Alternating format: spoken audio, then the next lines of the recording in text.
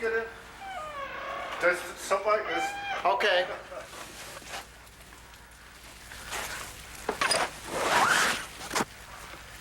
Don't forget to close the door behind. Are you ready? Are you ready? Say 1, 2, 3. Are you ready? Are you ready? Go 1, 2, 3. Are you ready? Are you ready?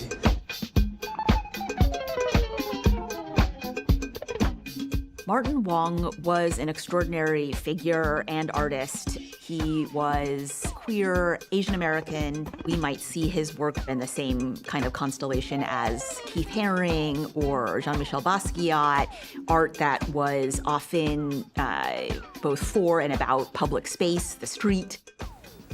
I think I bought this sometime around 1978 at the Canal Street Flea Market.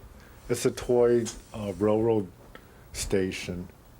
This is the beginning of my obsession with miniature bricks. Wong's works are these densely built paintings. They're paintings that almost take on a kind of sculptural edifice. They're evocative of this teeming life around him in downtown 80s New York. This new work, Houston Street, that has just come into the collection is monumental. It is this kind of obdurate barrier of this corrugated metal wall. But actually, on the flip side of the canvas is an incredible discovery, which is another painting.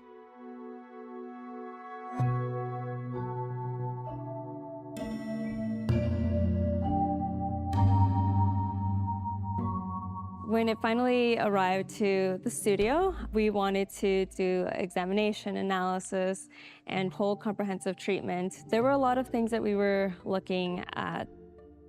The losses that were located on various parts of the painting. There were a lot of materials that were stuck to the surface that we had to remove and make sure that they weren't part of the artist's process, but rather just causes of being stored in unfavorable conditions.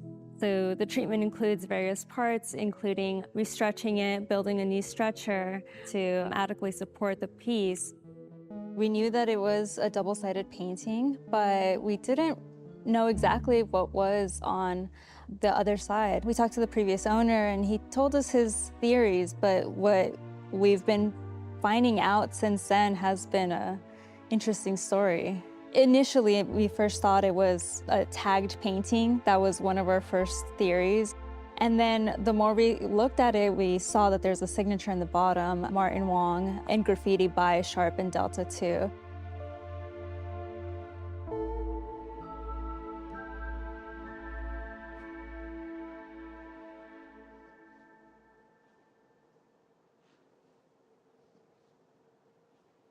Incredible.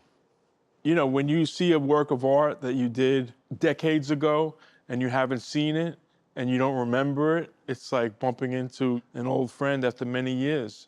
You know, you pick up where you left off, right? Like, art is a reflection of the soul. So this painting represents a part of, you know, me. It's a real privilege. I painted that painting when I was a teenager. I was so overwhelmed by looking at it, I couldn't really process the emotion. We started writing on trains like 1979, 1980. It's environmental, you know? It was around, so we were inspired by it. A little bass load. And by 1983, within the underground, subterranean world, you know, we had some notoriety because we had painted a lot of trains. Why do you have your mask on? Because graffiti is not accepted by the whole of society, only basically by Soho and a few other people. But basically, graffiti writers are, you know, we are outlaws, and I can go to jail. And if my face is exposed, the wrong person might be looking at this TV program. So you're a vandal. So graffiti's still... No, I'm not a vandal. I am an artist.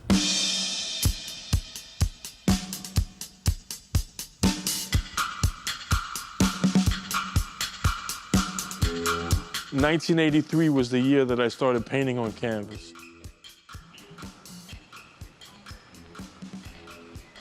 is that? It's a painting.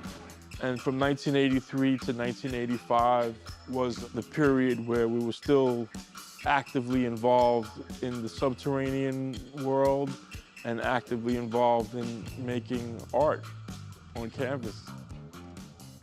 I'm looking for the graffiti artist. We are all graffiti artists.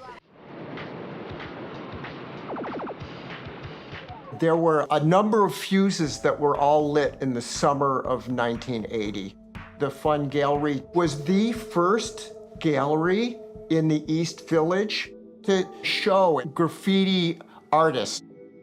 Martin was showing his work, but he was entering at the very top. At his first opening, he sold a painting to the Metropolitan, which was a painting that nearly broke my heart when I saw it. He was aiming to make an artwork that was rough. It had certain aspects of the street, but it was undeniably beautifully painted, and it referred to graffiti artists. Martin Wong became intertwined as a result of being an employee at Pearl Paint. It was like 6 degrees of separation. You know, everybody sort of knew each other, and, you know, we would go to the same openings and congregate at people's houses and go to parties. So then, you know, it just sort of happened. Martin loved being in the thick of it. You know, Martin lived in the Lower East Side. He became an integral part of that community. And he loved his position in the pecking order of being like, you know, a guy from around the way. They used to call him Chino Malo. And all the money that he made from the sale of his art essentially went to buying work from other artists.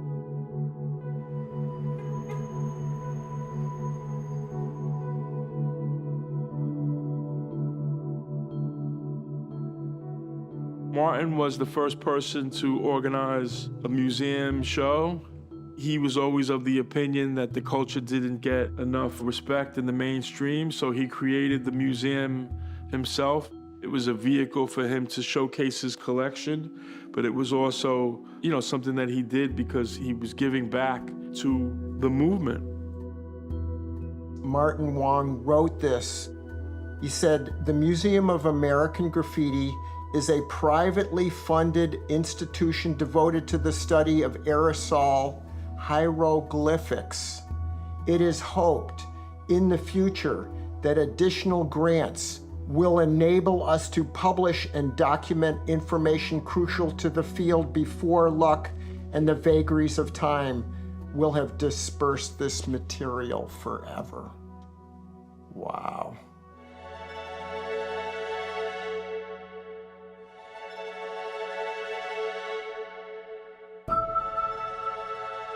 This particular painting had 2 other panels that aren't here, that were portraits of the 2 of us. And then when it was exhibited, the portraits would turn like that to create it. Like a triptych. Where do you think the paintings are now? Martin didn't have a storage unit. I didn't have a storage unit. There was a little resources, you know, sometimes having enough money to eat was a challenge. I also don't really think that any of us really thought about our work in the context of the long game. Everything was about immediacy. When Martin started having a little bit more success in later years, I mentioned to him once that, you know, that he had enough money that he could move out of the Lower East Side and move to a better neighborhood. And he looked at me like I was insane, you know. And he said, "Oh, are you crazy? I'm never gonna leave this apartment. You know how much it costs?" It was less about the cost. It was just about like, that was his place. That was his inspiration. The apartment used to look really nice, you know, it was like Architectural Digest, but I had to take the whole living room apart to stretch this canvas. He invited me when I made the video with him. His apartment was his sanctuary. It was where he felt like he was himself, and it was every inch covered in piles of stuff. There's like piles of antiques, painting equipment, palettes. He was into junk art, or into junk as something to paint on. It wasn't uncommon that he wouldn't know what day of the week it was because he would just paint until he was too tired to paint anymore. He had like a quote, rack of paintings, and to me they were like film sets. They weren't really canvas. They weren't really like stretched. So he's pulling these things out, pulling them out, and pulling them out until he gets to the right one, and that's the painting he's working on. I was looking through the archival photos this morning, and Wow. Have you seen this before? No. Oh my God. Look There's at the that. portraits.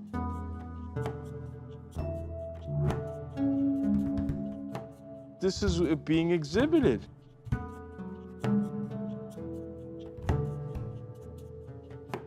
You have all the surprises. So, these are Oh my goodness. Martin Wong's paintbrushes. Over the course of time, they developed these beautiful mini sculptures of paint. Come on, these things are alive. Look at them.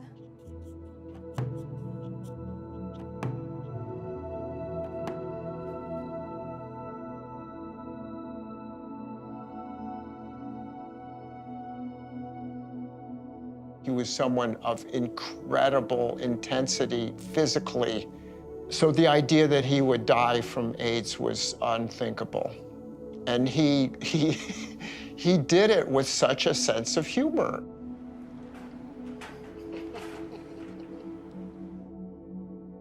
We as a community that cared about him, we all sort of lived that as best as we could. He was a beautiful, loving, caring, supportive friend.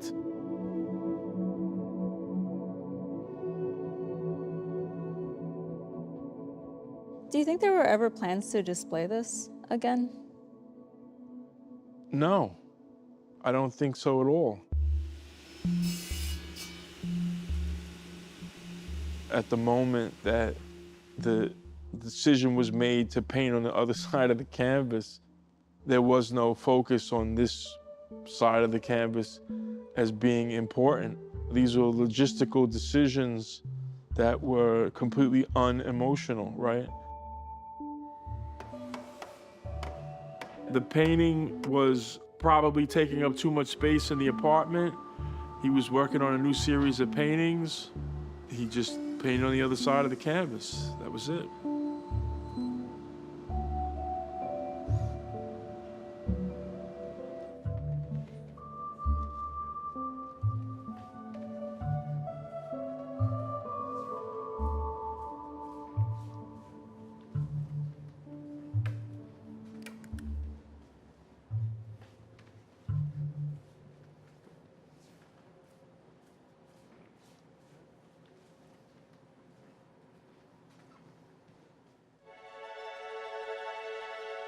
Martin Wong was the master of reflecting things that he saw on the street with a depth of feeling.